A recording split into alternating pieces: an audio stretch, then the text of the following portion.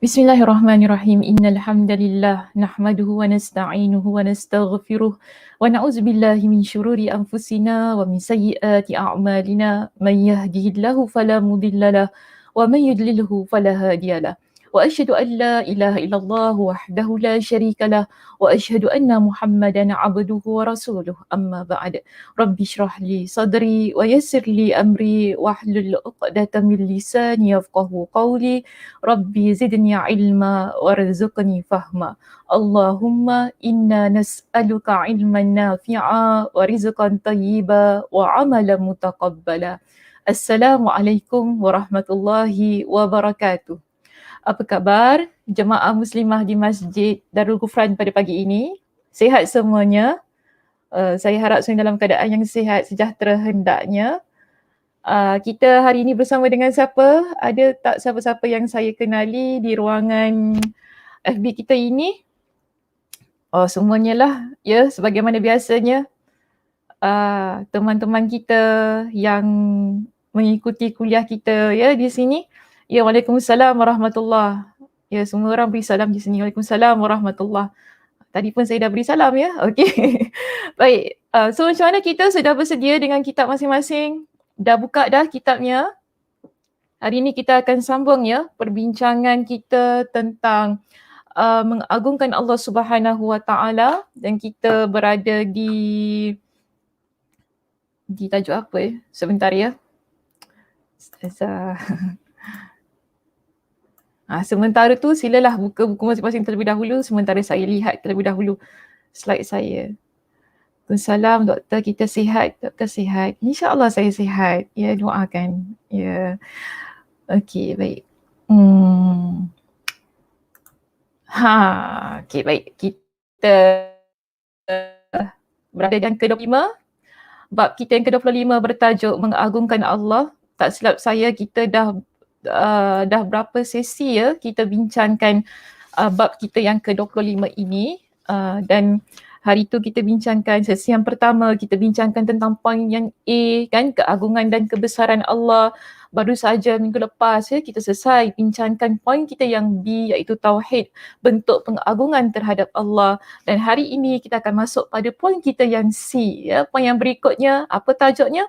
Tajuk kita pada hari ini ialah antara mengagungkan Khaliq. Khaliq ni maksudnya Allah Subhanahu Wa Taala, dan menghormati makhluk. Ya, dan menghormati makhluk. Kita berada di halaman 123. 1, 2, 3. Okey, itu halaman saya lah. Jika ada yang di situ Kak Nur kita kata halaman muka surat 120, betul ke? Ada yang lain halamannya 123. Oh, 123 ke 120 yang betul? Ada tak yang lain? Cari ya, cari poin kita C, okay, bab yang ke-25, poin yang C, mengagungkan Khalik dan menghormati makhluk. Boleh saya tahu? Kak Mas? Sama, okey sama. Kak Zah kata sama. Kak Mas sama juga kitabnya?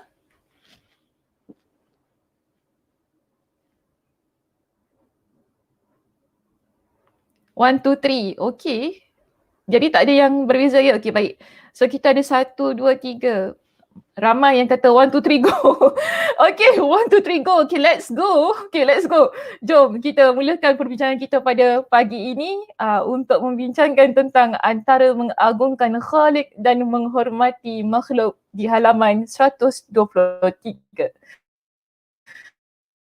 Baik, kita baca studi itu berada dalam kitab kita pada pagi ini. Kita masuk pada perenggan kita yang pertama, iaitu disebutkan begini, ya. Mungkinkah orang yang tidak mengagungkan Allah, firman-Nya serta ilmu dan hikmah yang dianugerahkannya boleh meminta orang lain agar menghormati dan mengagungkan dirinya? Jadi perbincangan kita dimulakan dengan satu persoalan. Ya, persoalan tentang sebentar ya. Saya minta maaf. Kita iklan sekejap je. Minta maaf ya.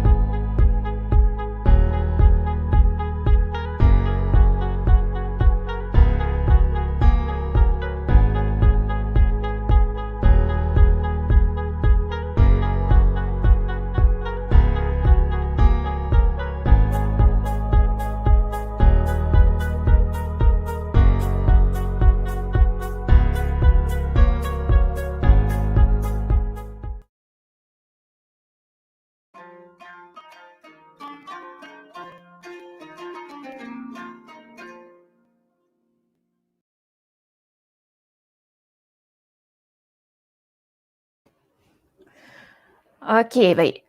Terima kasih kerana menanti ya. Baik. Kita masuk tadi perbincangannya. Diberikan persoalannya pada perenggan kita yang pertama tadi tentang bagaimana seseorang hamba yang mana dia tidak mengagungkan Allah, dia tidak mengagungkan firman Allah, ilmu Allah berikan, hikmah yang Allah berikan, yang Allah anugerahkan kepada dirinya, semua itu tidak menjadikan dirinya hamba Allah yang mengagungkan Allah Subhanahu wa taala. Dalam keadaan yang sedemikian, Imam Ibn Al-Qayyim Al-Jauziyah dalam kitabnya ini memberikan persoalan kepada kita. Bagaimana orang yang begini dia boleh nak orang lain menghormati diri dia? Okay, bagaimana orang yang begini dia nak orang lain menghormati diri dia? Boleh ke tidak kalau kita jadi orang yang tidak mengagungkan Allah? Ini saya soal ya. Boleh dengan saya jawab. Kalau kita tidak menjadi orang yang tidak mengagungkan Allah, tidak mengagungkan firman Allah, tidak menjadikan ilmu yang Allah berikan kepada kita, hikmah yang Allah berikan kepada kita sebagai antara perkara yang boleh menjadikan kita orang yang mengagungkan Allah, boleh ke kita expect orang lain menghormati diri kita? Boleh ke tidak? Sila berikan jawapan kepada saya. Ini saya tanya. Ada tak yang nak berikan jawapan? Saya baca di ruangan komen di situ jika ada.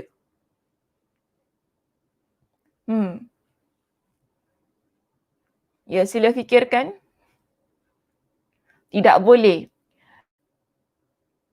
tak dapat di YouTube, okay, maybe admin boleh silakan, maksudnya apa tak dapat di YouTube?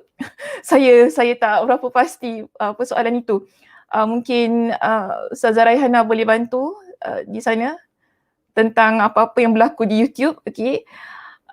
Kenapa tidak boleh? Maaf Ustazah, lagging. Oh, is it? Lagging. Okay, baik, begini. Saya ulang kembali ya soalan saya. Untuk Wan Anis tadi, mungkin saya tak pastilah yang lagging tu di pihak kami ataupun di pihak Puan Anis, okey. Tapi saya ulang kembali soalan saya walaupun ada ramai yang sudah jawab di situ. Kita ni kalau kita tak jadi insan yang tidak, ya, saya tekankan soalan tu. Insan yang tidak, jika kita tidak menjadi insan yang tidak mengagungkan Allah, tidak mengagungkan firman Allah, ya, tidak menjadikan insan yang mana ilmu Allah berikan kepada kita, hikmah yang ada, semua itu tidak menyebabkan kita mengagungkan Allah Subhanahu Wa Taala. Boleh ke kita ni mengharapkan orang lain menghormati diri kita? Itu soalan yang saya berikan. Mungkin kalau sesiapa tadi yang lagging ke apa kan, dia boleh dapat kembali ya soalan tersebut. Jadi ramai di sini jawab, tidak boleh Ustazah, tak boleh, tak boleh. Okey, 3, tak boleh, tak boleh. Kenapa tak boleh Kak Mas? Kak Som pun kata tak boleh. Kenapa tak boleh? Apa sebabnya tak boleh? Tak boleh. Yang ni pun jawab tak boleh. Okey, tapi kenapa tak boleh? Tidak boleh mengharapkan orang menghormati kita. Itu betul. Kita tak boleh mengharapkan orang lain menghormati kita. Cuma bagaimana kita nak linkkan statement yang dikeluarkan oleh Imam Ibn Qayyim Al-Jawziyah itu tadi. Yang mana dia kata, kalau kita, lihat ya, situasinya begini. Kita tidak jadi hamba Allah yang mengagungkan Allah. Jadi, bagaimana kita nak menjadi insan yang mengharapkan orang lain menghormati kita? Apa kaitan situasi itu tadi dengan tidak menghormati, tidak mengagungkan Allah dengan kita mengharapkan orang lain menghormati kita? Itu yang saya nak kita faham. Sebab kalau perenggan pertama ni tak faham, seterusnya ke bawah dia takkan faham. Okey, sebab tu penting. Lagging hang. Okey, lagging hang. Tak apa, harap bersabar. Biasalah, pengajian menerusi online je begitu. Ya, yang penting saya tak lagging dan saya tak hang. Ya, yang penting saya tak lagging dan saya tak hang. Internetnya yang lagging dan hang lah di sana. Okay, harap bersabar ya dengan kehangan yang berlaku di ruangan internet dan sebagainya. Jadi mudah-mudahan Allah Subhanahu Wa Taala juga memberkatilah keadaan-keadaan yang begini. Okey, Allah permudahkan seterusnya. Sabar ya, sabar banyak-banyak. Baik, tadi Puan Sum jawab bagaimana? Kita sendiri tak tunjukkan contoh yang baik, tak agungkan Allah. Kita sendiri tak tunjukkan contoh yang baik, tak agungkan Allah. Jadi bagaimana kita nak orang lain hormati kita? Oh, begitu. Okey. Boleh diterima? Saya boleh terima? Sebab kita tak respect the creator. Then how to get respect from the humans? Masya Allah, tabarakallah. Manusia hanya manusia saja, tapi Allah adalah satu saja yang kita harus apa ni? Okey. Admin boleh bantu saya paparkan apa yang dijawab oleh jemaah di situ? Okey, terima kasih. Baik. Jadi di sini Puan Siti jawab, manusia hanya manusia saja, tapi Allah adalah satu saja yang kita harus mengagungkan dan hanya Allah saja yang satu. Okey, tadi Kak Masnya jawapan?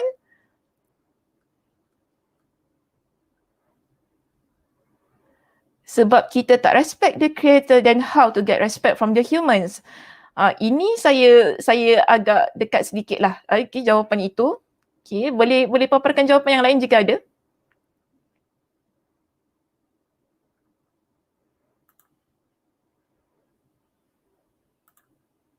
Kita sendiri tak tunjukkan contoh yang baik, tak agungkan Allah. Okey, baik. Terima kasih. Okay, terima kasih atas jawapan-jawapan yang diberikan kepada saya. Dia begini Muslimah, kita boleh kata begini, jika ya dalam hidup ini, orang yang tidak mengagungkan Allah, bagaimana boleh orang lain, boleh meminta orang lain menghormatinya? Masih ingat lagi tak perbincangan kita pada minggu lepas? Saya nak relatekan dengan poin yang B sebenarnya. Kita bincang apa tentang minggu lepas itu? Kita bincangkan tentang mereka yang tidak mengagungkan Allah. Bagaimana sifat dan sikap mereka? Mereka mensyirikkan Allah, betul tak? Mereka menyamakan makhluk dan Allah. Mereka ada sifat-sifat, ada ciri-ciri orang yang munafik. Bahkan adalah orang munafik itu sendiri. Yang mana orang munafik tersebut, dia di depan orang lain, di belakang orang lain, kan ada sifat yang bermuka-muka. Kemudian dia adalah orang yang mana tidak mendahulukan Allah Subhanahu Wa Taala, namun lebih mendahulukan perintah makhluk yang mana makhluk mengarahkan dia agar tidak menyembah Allah ataupun agar mensyirikkan Allah Subhanahu Wa Taala. Dia adalah orang yang mana mendahulukan kehendak dirinya daripada kehendak Allah. Mereka yang tidak mengagungkan Allah, kebiasaannya adalah insan yang banyak meremehkan orang lain. Mereka yang tidak mengagungkan Allah, kebiasaannya saya kata adalah orang yang sombong. Mereka yang tidak mengagungkan Allah, kebiasaannya adalah orang yang sering menyakiti dan menzalimi orang lain. Jadi bagaimana? Mereka yang tidak mengagungkan Allah ini, mereka berharap agar orang lain hormati diri mereka. Jika mereka sendiri tidak menghormati orang lain, jika mereka sendiri menganiaya orang lain, jika mereka adalah orang yang menzalimi orang lain. Sebab itu jawapannya tidak boleh. Ya, bila kita sebenarnya menghormati ni, bila kita nak orang menghormati kita kan, kita terlebih dahulu perlu menghormati orang lain, betul tak? Tapi ia bukan itu sahaja. Ia bukan itu sahaja. Namun sebelum itu, kita perlu mengagungkan Allah Subhanahu Wa Taala. Bila kita meletakkan keagungan kepada Allah dalam hati kita, kita akan jadi seorang muslimah yang mana hatinya sentiasa ingin ada hal-hal yang baik. Ya, perkara-perkara yang menyakitkan, perkara-perkara yang kotor, perkara-perkara yang boleh menyebabkan orang lain benci kepada dia, dia akan usaha untuk hakis. Sebab itu pertama sekali sebelum kita sibuk nak orang lain menghormati diri kita, pastikan kita menjadi seorang muslimah yang berusaha meletakkan keagungan dalam hati kita. Maksud keagungan terhadap Allah. Kita letakkan keagungan terhadap Allah, kita akan jadi seorang muslimah yang sentiasa ingin berakhlak mulia, beradab, ya, sopan santun, menjaga tutur kata, sentiasa peka, sentiasa prihatin, ya, sentiasa tidak menjadi orang yang menyakiti orang lain. Bila kita begitu, barulah cantik hidup kita ni muslimah. Betul tak? Itu juga yang telah saya sebutkan pada minggu lepas. Kan? Saya kata apa? Kita kalau ada rasa keagungan terhadap Allah dalam hati kita, kita akan jadi muslimah yang cantik.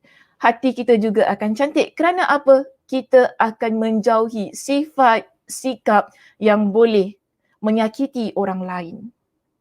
Bila kita nak relatekan dengan perbincangan kita yang C pada pagi ini, kita dapati bahawa untuk menjadi insan yang dihormati oleh orang lain, ianya memerlukan kita menjadi seorang hamba yang mengagungkan Allah terlebih dahulu. Baru kita boleh dapat. Namun kita tak nafikan ada orang yang dia tak agungkan Allah. Ada orang memang dia meremehkan ayat Al-Quran. Dia meremehkan ilmu yang Allah berikan kepada dia. Tapi ada juga manusia yang menghormati diri dia. Itu atas rezeki Allah Subhanahu Wa Taala Allah berikan kepada dia. Jangan lupa muslimah, dunia ini Nabi kata apa? Allah berikan kepada dua kategori manusia. Satu, Allah berikan kepada insan yang Allah cintai. Dua, Allah juga berikan kepada insan yang Allah tidak cintai. Jadi dua-dua Allah berikan. Ya, bila kita mendapat penghormatan daripada manusia, ini antara perkara keduniaan yang Allah berikan kepada kita. Tak kira sama ada kita ni orang yang Allah cinta ataupun orang yang Allah benci.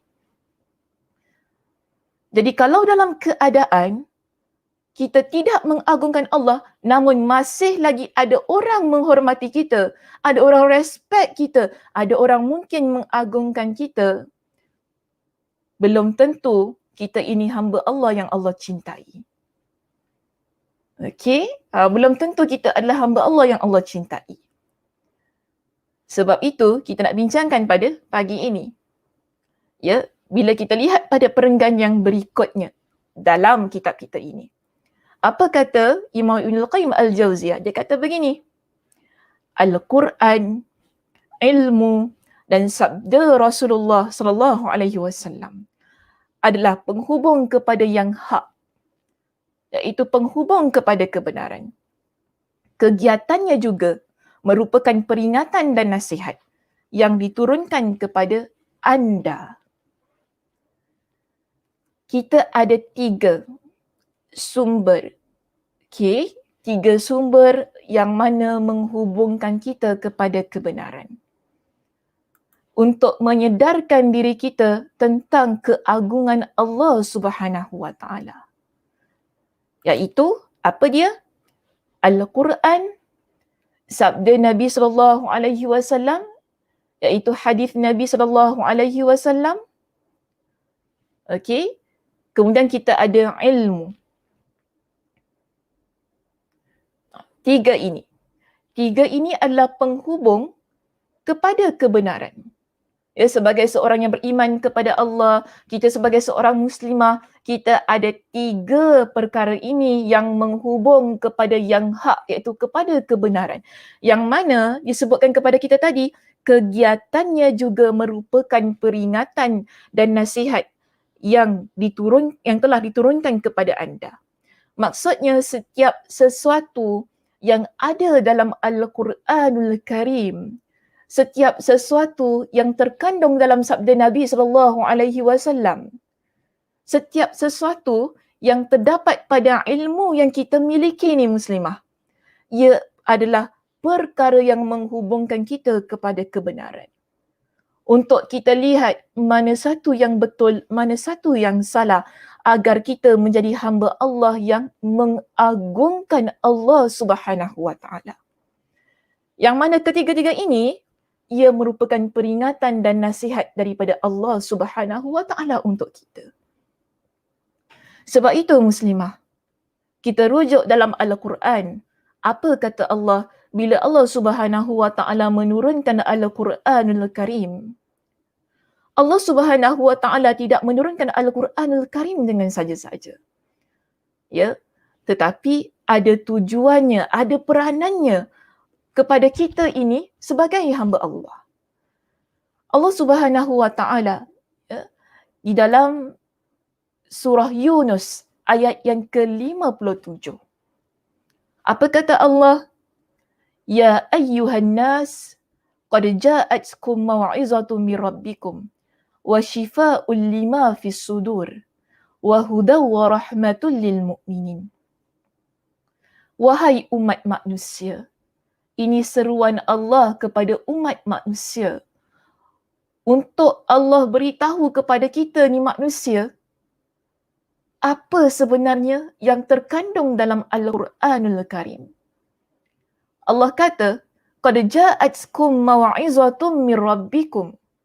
Sesungguhnya telah datang kepada kamu Al-Quran yang menjadi nasihat pengajaran dari Tuhan kamu. Sebab itu tadi, ya, Imam Ibnul Qayyim Al-Jauziyah kata apa? Al-Quran ia adalah penghubung kepada kebenaran. Apa buktinya? Ayat ini sebagai buktinya. Ayat ini sebagai buktinya. Surah Yunus ayat yang ke-57 itu tadi. Ia adalah bukti menunjukkan bahawa dalam Al-Quran ada banyak nasihat dan pengajaran daripada Allah. Ya. Kemudian, apa kata Allah? Allah kata begini. Qad ja'atkum mau'izatun min rabbikum wa shifaa'un lima fis sudur. Dan yang menjadi penawar bagi penyakit-penyakit batin yang ada di dalam dada kamu. Ya, ia menjadi penawar yang ada, penawar bagi penyakit batin kita ni. Sebab tu kalau betul-betul nak cari penawar hati ni muslimah, ya, hati kita ni benda yang batin ni. Pergi doktor mana-mana pun kan, dia memang bagi makanlah Panadol 2-3 biji pun, memang takkanlah. Makanlah antibiotik ke apa, dia memang tak load orang kata. Sebab penyakit hati kita ini, penawarnya adalah Al-Quranul Karim. Ini kata Allah. Ini kata Allah. Yang mana Allah turunkan Al-Quran itu sebagai penawar bagi apa yang ada di hati kita ini.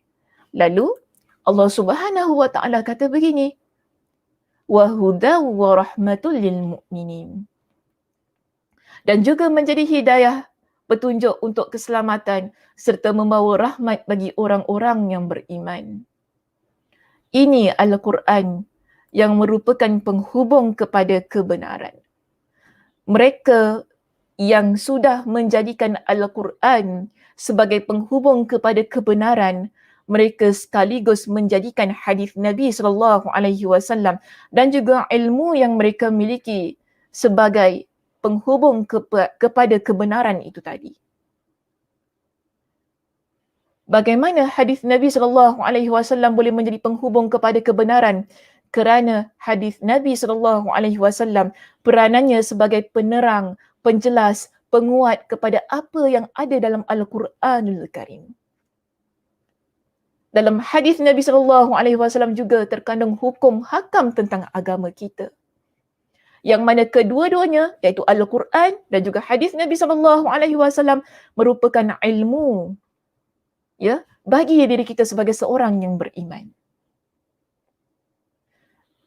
Bila kita nak jelaskan lagi apa yang terkandung di dalam surah Yunus ayat yang ke-57 ini, ya muslimah, kita dapati begini. Bila Allah Subhanahu wa taala menyebutkan tentang semua itu tadi, Allah nak kata begini tentang isi kandungan Al-Quran.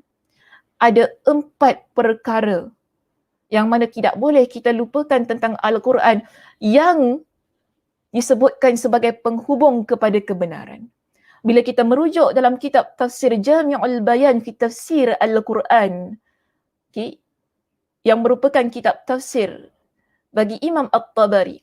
Imam At-Tabari menjelaskan ayat 57 dalam surah Yunus itu tadi dengan menyebutkan begini.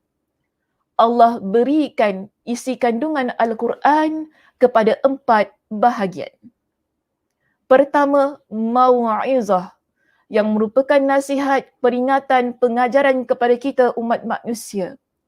Kerana apa? Di dalam Al-Quranul Karim, Allah ingatkan kepada kita tentang siksaan Allah.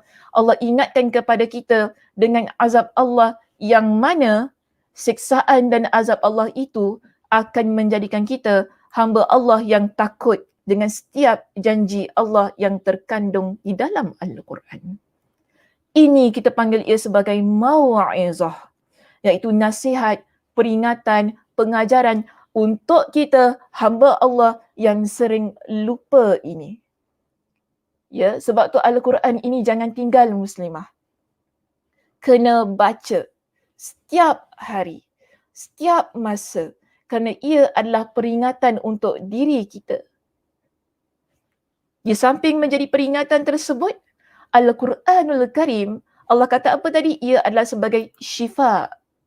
Ya, ia adalah sebagai syifa, iaitu penawar hati dari kejahilan. Penawar hati kita ni, kan, daripada hal-hal yang tidak baik.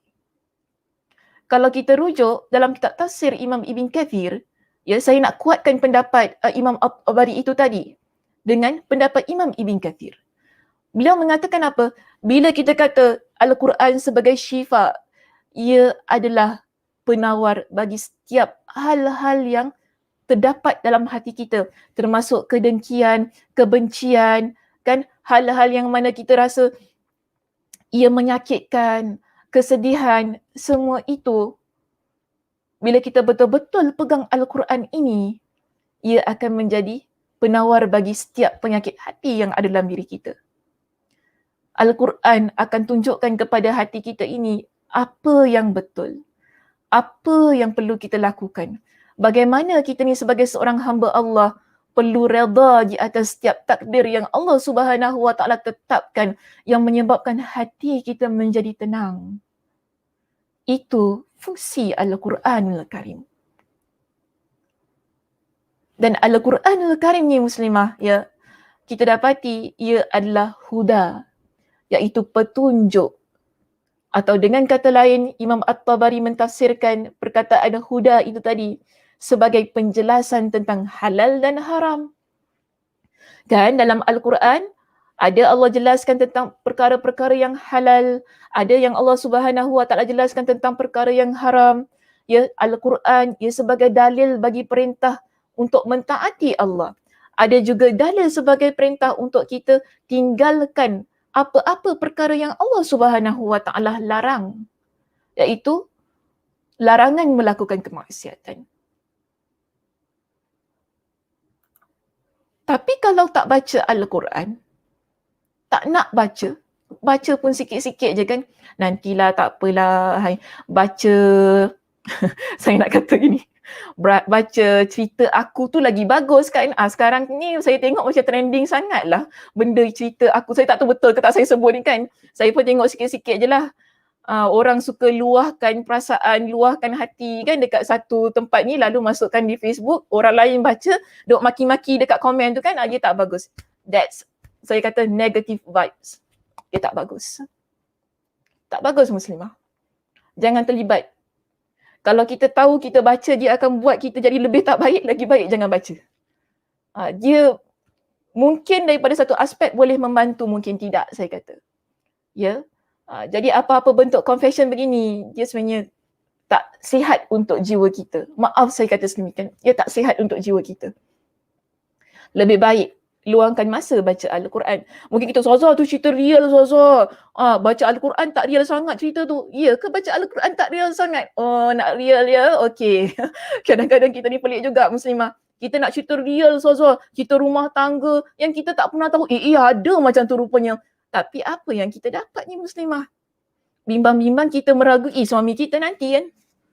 Takut suami kita gitu, macam gini, tonton suami aku gini kita pun tak tahu dia akan menimbulkan banyak masalah.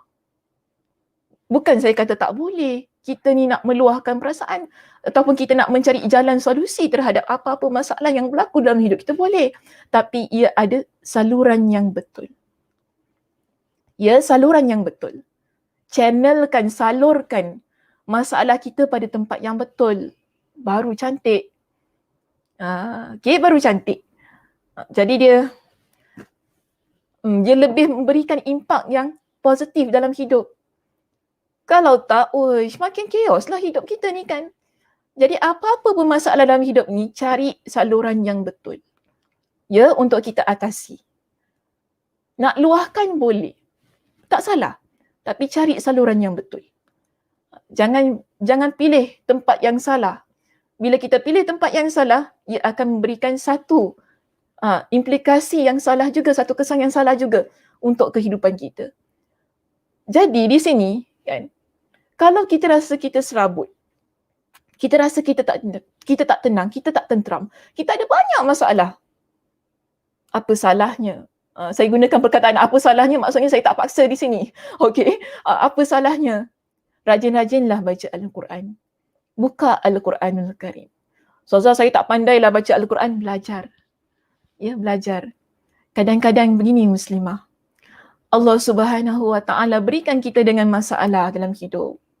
Cabaran, ujian, contohnya rumah tangga kita. untuk sebagai satu cara Allah nak didik diri kita ni agar muhasabah kembali. Bagaimana kedekatan kita dengan Allah Subhanahu Wa Taala. Ya, bila kita ada problem, kita ada masalah, cek balik solat kita bagaimana, Al-Quran kita bagaimana. Jadi kalau solat kita tinggal-tinggal, mantapkan solat kita. Kalau Al-Quran kita ada banyak lompang-lompangnya, mantapkan lagi bacaan Al-Quran kita. Saya kata insya-Allah tenang kita ni. InsyaAllah tenang. Jangan risau. Jangan risau. Kalau kita ada problem tadi kan, kita akan dapat cara yang betul. Solusi yang betul. Sebab bila kita baca Al-Quran, mungkin kita kata kita tak faham bahasa Arab. Buka terjemahannya. Buka terjemahannya. Buka pentafsiran Al-Quran. Kalau rasa nak lagi mantapkan bacaan Al-Quran itu, masuk kelas tafsir saya kata. Ikuti kelas-kelas tafsir, kita akan faham Al-Quran tu. Sebab kita tak boleh nak faham Al-Quran tu sendiri ya. Saya nak tegaskan juga begini. Kita memang tak boleh nak baca terjemahan terus kita faham, tak boleh juga. Tapi masuklah kuliah. Ya, mantapkan lagi ilmu kita. Yang mana kita boleh faham. Contoh sekarang kan saya kata, kita duduki kuliah kita ni, kuliah penawar hati ni.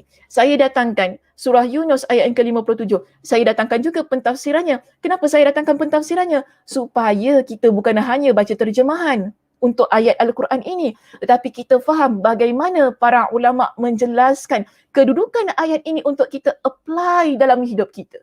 Supaya kita nampak bagaimana surah Yunus ayat yang ke-57 itu tadi benar-benar menjadi penghubung kepada kebenaran dalam hidup kita ini. Supaya penjelasan tu tak hanging. Dia tak tergantung kita pun macam mana. Sebab tu kita tampilkan dengan pentafsiran para ulama. Jadi kita faham. Penting tak belajar? Penting supaya kita nampak bagaimana Al-Quran benar-benar menjadi penghubung kepada kebenaran. Supaya bila kita betul-betul ada masalah, kita dapat jalan yang betul untuk salurkan masalah kita itu tadi. Pilih jalan yang betul. Sebab Al-Quran itu sendiri tadi, Imam At-Tabari kata apa? Ia adalah satu bentuk penjelasan tentang halal dan haram. Kan? Perintah kepada kita untuk mentaati Allah dan larangan melakukan kemaksiatan. Dan jangan lupa, Al-Quran ini adalah rahmah, iaitu rahmat. Bagi siapa? Bagi yang Allah kehendaki. Bagi yang Allah kehendaki inilah, bila kita ni muslimah ada inisiatif, saya kata. Kita ada inisiatif untuk mendekatkan diri kita dengan Al-Quran, Allah akan berikan kepada kita dengan rahmat itu. Allah akan berikan kepada kita dengan rahmat itu. Kemudian Allah Subhanahu Wa Taala, ya, bila kita dekat dengan Al-Quran, kita baca Al-Quran itu tadi, kita usaha untuk faham, kita usaha untuk belajar.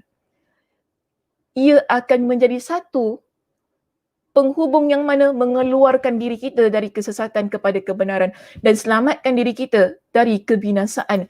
Ini Al-Quranul Karim. Yang tadi Imam Ibnul Qayyim kata apa? Ia adalah penghubung kepada yang hak, penghubung kepada kebenaran untuk memberitahu kepada kita tentang nasihat Allah, peringatan Allah dan apa yang Allah Subhanahu Wa Taala ingin kita lakukan sebagai hamba Allah. Tapi kalau tak buka Al-Quran, tak baca Al-Quran, bagaimana kita nak nampak kebenaran itu? Dan bagaimana kita nak meletakkan keagungan kepada Allah dalam hati kita? Ya, sekali lagi muslimah, jangan lari topik kita tentang keagungan Allah. Kenapa? Antara sebab kita buka Al-Quran, kita baca Al-Quran untuk memantapkan lagi jiwa kita tentang rasa keagungan terhadap Allah. Sebab tu tadi kata kegiatannya, iaitu semua ya yang terkandung dalam Al-Quran, dalam hadis Nabi, ya, jangan lupa kita ada Al-Quran, kita ada hadis Nabi SAW. Dalam Al-Quran, dalam hadis Nabi, yang mana kedua-duanya merupakan ilmu bagi diri kita, sumber dalam kehidupan kita sebagai seorang Muslim ini, kedua-duanya itu kan yang Allah turunkan merupakan peringatan dan nasihat bagi diri kita. Hatta dia kata di sini, ya muslimah, kalau rujuk dalam kitab kita, uban di kepala anda juga merupakan teguran dan peringatan dari Allah untuk anda. Ada siapa-siapa yang tak ada uban kat sini? Boleh beritahu saya? Kotlah Ustazah, saya belum ada uban. Saya memang tak ada uban lagi, saya beritahu.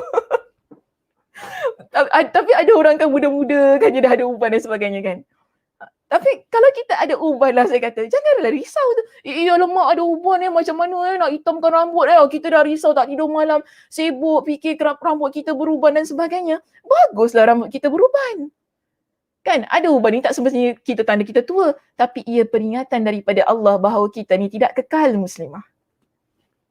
Ya, ia peringatan kepada Allah, oh, kita ni tak kekal. Kita tak akan hidup selama-lamanya di atas muka bumi ini. Sebab itu dia kata tadi, hingga uban yang ada di atas kepala kita ni pun ia adalah peringatan daripada Allah. Tapi kalau itu pun, ia tak ingatkan kita tentang keagungan Allah, tak tahu nak kata bagaimana muslimah. Tak tahu. Benda yang simple sangat tadi tu, yang diberikan contohnya kepada kita. Tapi kalau itu pun masih lagi tak menggerakkan hati kita untuk rasa keagungan kepada Allah, tak tahulah bagaimana kita ni. Kan? Jadi dia kata begini, apabila semua itu tidak juga menyedarkan anda, ya, apabila semua itu tidak juga menyedarkan anda, lantas bagaimana mungkin anda boleh menuntut orang lain untuk mengagungkan dan menghormati diri anda? Kalau semua tadi kan, ya, yang kita ni dahlah kita ni jadi hamba Allah yang tidak mengagungkan Allah, tak baca Al-Quran, tak baca hadis Nabi SAW, ilmu yang ada pun kita remehkan. Kalau semua itu, dia tak menyedarkan diri kita tentang keagungan Allah. Jadi sekali lagi persoalannya, bagaimana pula kita nak harap orang menghormati kita? Jadi perkara itu, kan, ia perlu kita fikirkan kembali. Tapi kalaulah memang tak langsung, setelah kita ni belajar pada hari ini, pada pagi ini muslimah, memang tak langsung menjadikan kita orang yang mengagungkan Allah, maka dia berikan contoh begini kepada kita. Jika demikian halnya, maka anda tidak ubah seperti orang yang ditimpa musibah tetapi itu tidak menyedarkan dirinya. Kita kalau masih tak sedar lagi tentang Al-Quranul Karim tadi kan, yang kita bincangkan tentang isi kandungan Al-Quran yang merupakan mau'izah, merupakan syifa, merupakan huda, merupakan rahmah, dan hadis-hadis Nabi SAW yang merupakan satu bentuk petunjuk kepada kebenaran yang menjadi ilmu dalam kehidupan kita. Jika semua itu masih lagi tidak meletakkan ataupun kita kata memupuk rasa keagungan terhadap Allah Subhanahu Wa Taala, apa kata Imam Ibn Al-Qayyim? Dia umpama satu keadaan yang mana Allah berikan kepada kita dengan musibah, tetapi musibah itu tidak menyedarkan kita. Bahkan kita mengharapkan orang lain yang melihat musibah yang kita hadapi ambil pengajaran dan mengambil nasihat daripada apa yang kita alami. Tapi kita sendiri tak sedar. Dia umpama sedemikian. Dia umpama sedemikian. Yang mana dia kata, tetapi musibah itu tidak menyedarkan dirinya. Malahan dia menuntut orang lain agar mengambil pelajaran dan menjadikan musibah yang menimpanya itu sebagai satu peringatan. Atau seperti orang yang dipukul, tetapi pukulan itu tidak menyedarkan diri dia. Kita dah jatuh ni muslimah, tapi kejatuhan kita tak menyedarkan kita. Kita dah tersungkur tadi, kan? Memang dah jatuh, dah sungkur tadi. Tapi keadaan kita yang jatuh tersungkur tak sedarkan kita. Namun, yang kita hendak ialah orang lain agar mengambil pelajaran dari pukulan yang menimpa kita. Pelik orang yang begini. Ya? Sebab apa? Dia tak sedar. Maka, orang yang begini, orang yang ditimpa musibah, tidak menyedarkan diri dia. Bahkan dia suruh orang lain jadikan pengajaran. Dia jadikan apa yang berlaku pada diri dia Sepatutnya beginilah ya muslimah, kita ni bila Allah Subhanahu Wa Taala ya berikan kepada kita dengan ujian dalam kehidupan, Allah berikan kepada kita dengan musibah dalam hidup kita, kita sedar bahawa kita ini hamba Allah. Ya, kita ni tak punya apa-apa. Bila Allah tarik sesuatu yang kita sayang contohnya, seharusnya dia menjadikan kita orang yang lebih tawaduk, orang yang merendah diri, orang yang sedar diri ini adalah hamba. Bukan semakin jadi orang yang sombong, orang riak, jadi semakin orang yang tak sedar diri, semakin rasa macam diri makin hebat. Bukan begitu. Bahkan paksa orang lain, kau tengok aku, kau tengok aku, kau tengok aku. Bukan begitu keadaannya muslimah. Allah berikan kepada kita dengan ujian supaya kita sedar kembali kepada Allah. Sebab itu di sini ya saya datangkan dengan ayat Al-Quran ini, iaitu apa kata Allah dalam surah Al-Isra pada ayat yang ke-59. Allah Subhanahu Wa Taala ingatkan kepada kita, wa ma nursilu bil ayati illa takhwifa. Kami tidak memberikan tanda-tanda itu melainkan untuk menakuti. Tanda-tanda ni maksudnya ujian, kan, kekuasaan Allah Subhanahu Wa Taala. Allah Subhanahu Wa Taala perlihatkan kepada kita tentang keagungan Allah. Allah perlihatkan semua itu. Allah datangkan semua itu supaya kita jadi hamba Allah yang takut. Ada dalam hati kan ada rasa reti nak jadi hamba yang benar-benar hamba. Begitu keadaannya. Sebab itu, ya, bila Imam Ibn Kathir rahimahullah, dia mentafsirkan surah Al-Isra ayat yang ke-29 itu tadi. Betul ya? Ayat 29. 59, maaf ya. Surah Al-Isra ayat yang ke-59 itu tadi. Dia memetik pendapat daripada Qatadah. Qatadah ketika dia mentafsirkan ayat ini, wa ma nursilu bil ayati illa takhwifa. Apa katanya? Sesungguhnya Allah Subhanahu Wa Taala membuat rasa takut kepada manusia. Allah Subhanahu Wa Taala membuat rasa takut kepada manusia dengan mendatangkan tanda-tanda. Okey, tanda-tanda yang dia kehendaki. Tanda-tanda ni maksudnya keagungan Allah, kekuasaan Allah, bentuk ujian, musibah. Supaya apa? Dengan itu diharapkan mereka dapat sedar. Bila Allah datangkan tanda-tanda itu, bila Allah berikan kepada kita dengan musibah, contohnya muslimah, supaya kita jadi seorang muslimah yang sedar. Ya, ini kata Qatadah. Ya, Imam Ibn Kathir memetik pendapat beliau dalam kitabnya. Dia kata apa? Diharapkan mereka dapat sedar dan menjadikannya sebagai pelajaran. Kita jadikan musibah itu sebagai pelajaran dan juga sehingga mereka pun kembali kepada Allah Azza wa Jal.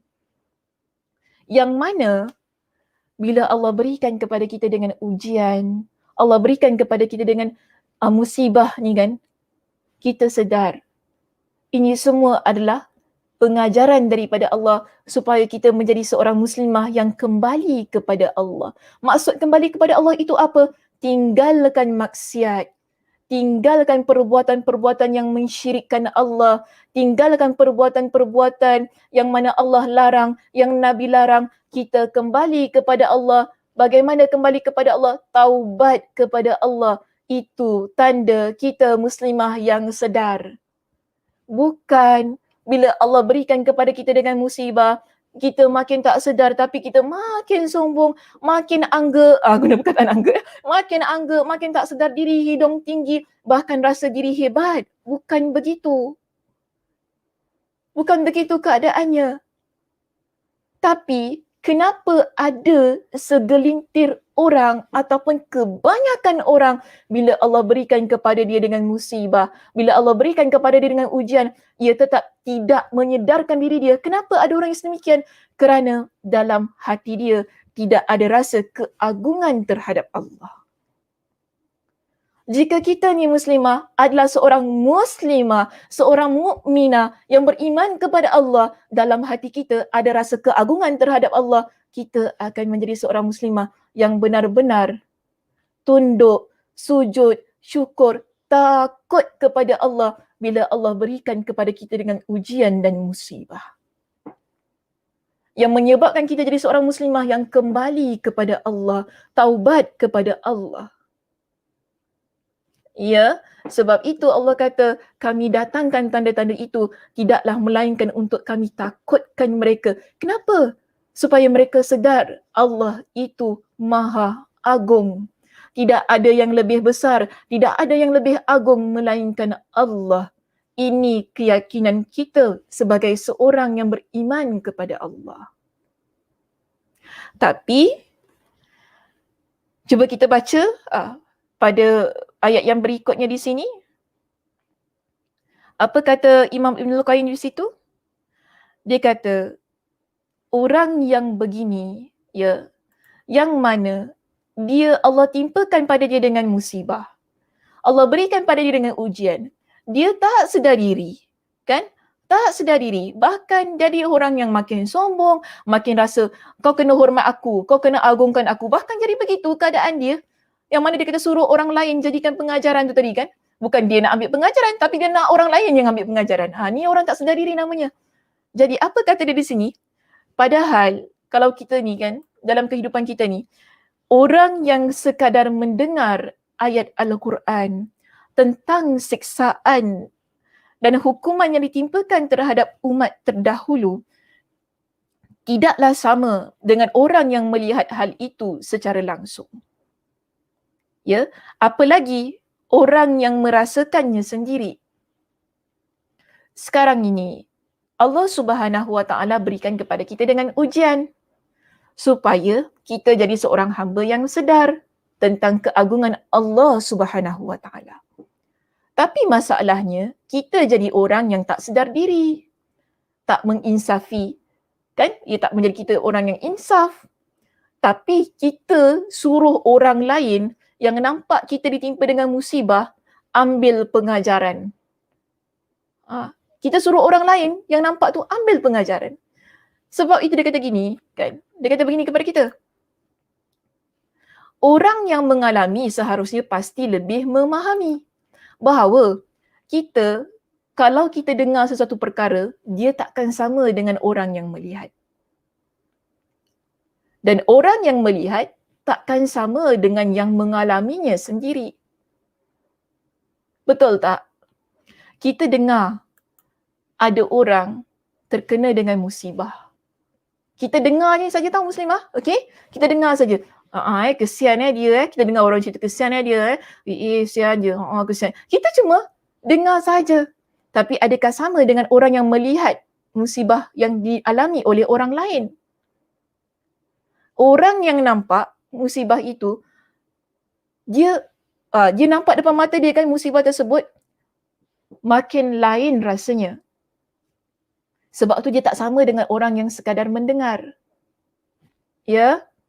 Dan orang yang melihat, adakah sama situasinya dengan orang yang mengalaminya sendiri? Kita cuma tengok je, kan?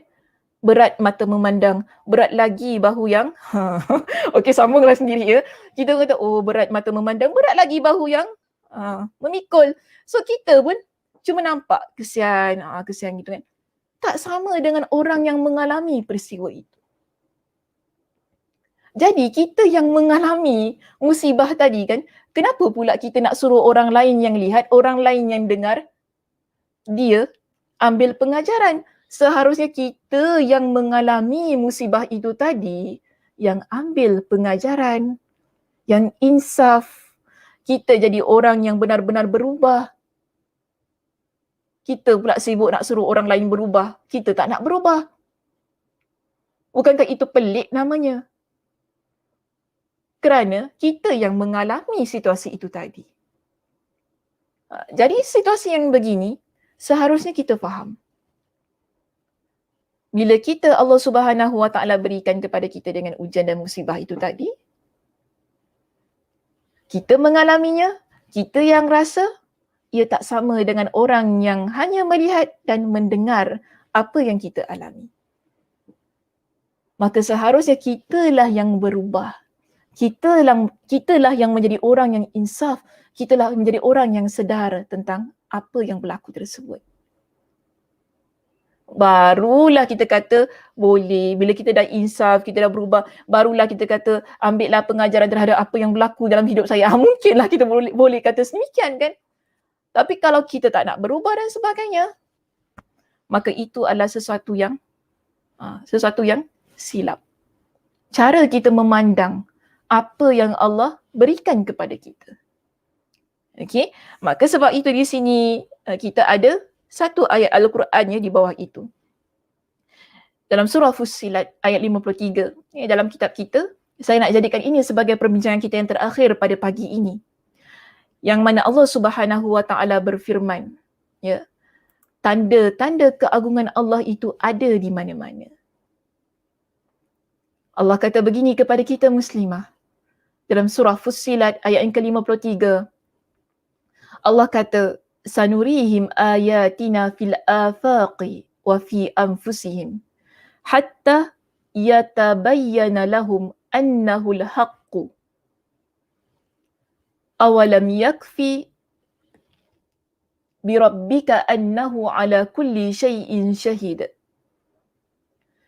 Kami akan perlihatkan kepada mereka tanda-tanda kekuasaan kami di merata-rata tempat dalam alam yang terbentang luas ini dan pada diri mereka sendiri.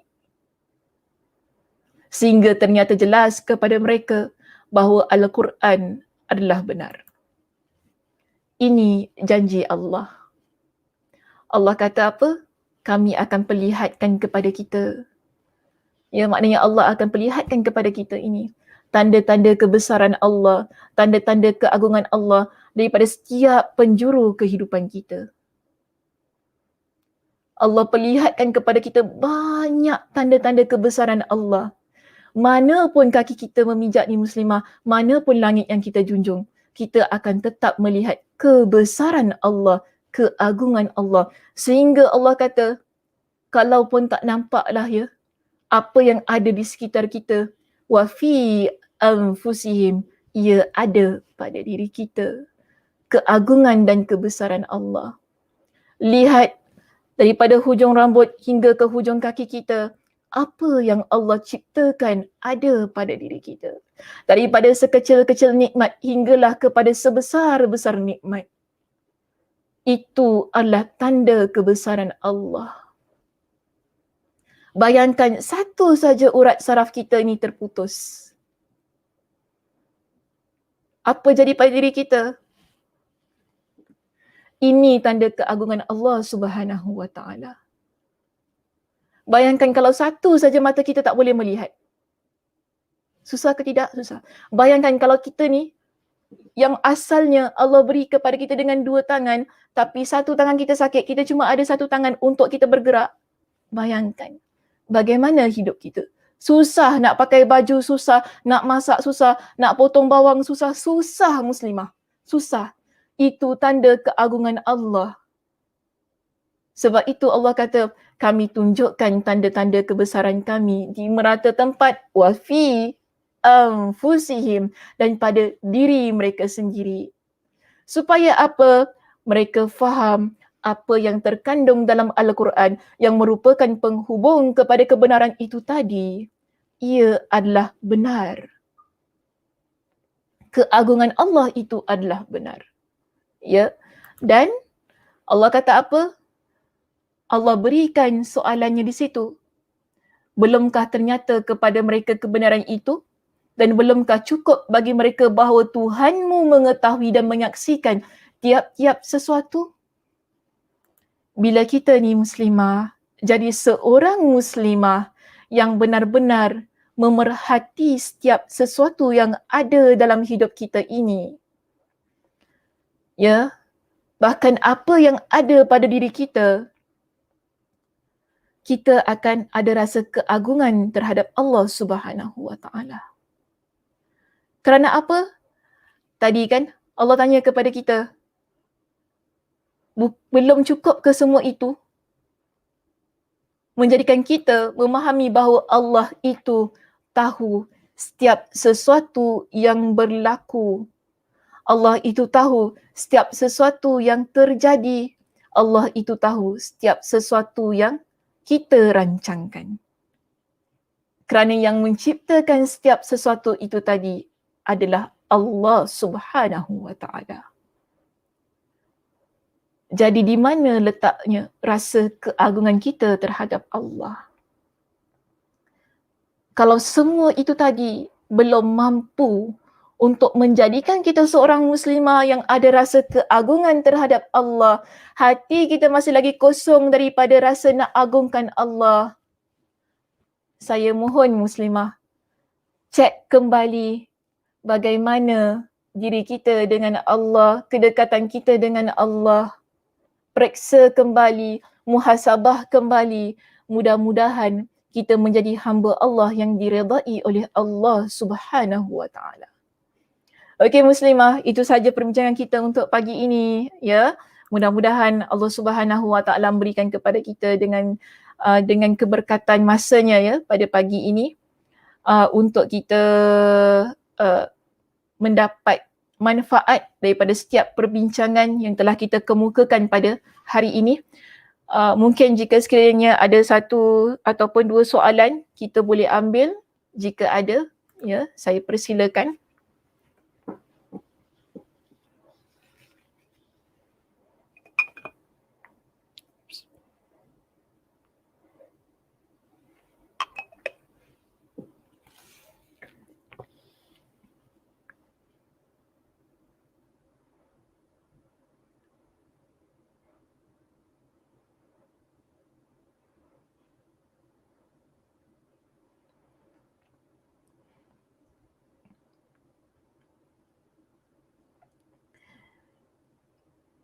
Puan Haza, saya Ustazah Dr. Sakinah, bukan Ustazah Dr. Soraya. Okey, namanya silap.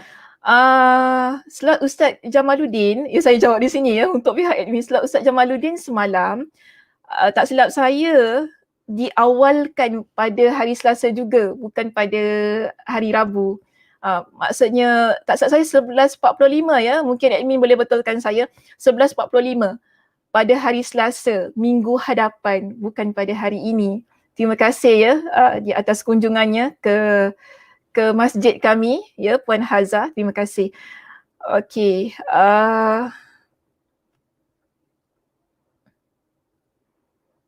Admin pun tersilap jawab di situ, admin. Saya rasa 11.45 sebab saya ada terdengar sedikit semalam. Okey.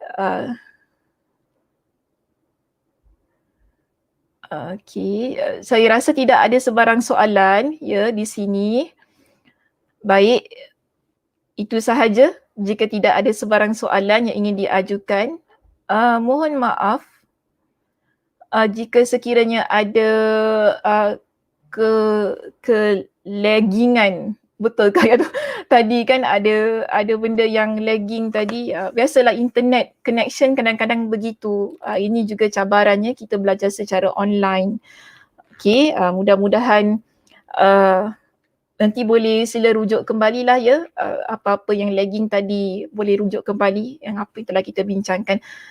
Baik, saya harap semuanya jelas. Jadi saya pun perlu beredar juga, ya, pada pagi ini kerana ada perkara-perkara yang ingin diselesaikan. Jadi saya mohon maaf di atas barang kekurangan daripada pihak saya dan juga pihak admin juga. Saya harap kita dapat bertemu sekali lagi dengan keberkatan masa yang Allah berikan, kelapangan masa, kesihatan, ya. Mudah-mudahan Allah Subhanahu wa Ta'ala izinkan untuk kita bertemu sekali lagi pada slot kita di minggu hadapan. Saya tutup kuliah kita pada pagi ini dengan tasbih kafarah. Subhanakallahumma wa bihamdika asyhadu an la ilaha illa anta astaghfiruka wa atubu ilaik. Assalamualaikum warahmatullahi wabarakatuh.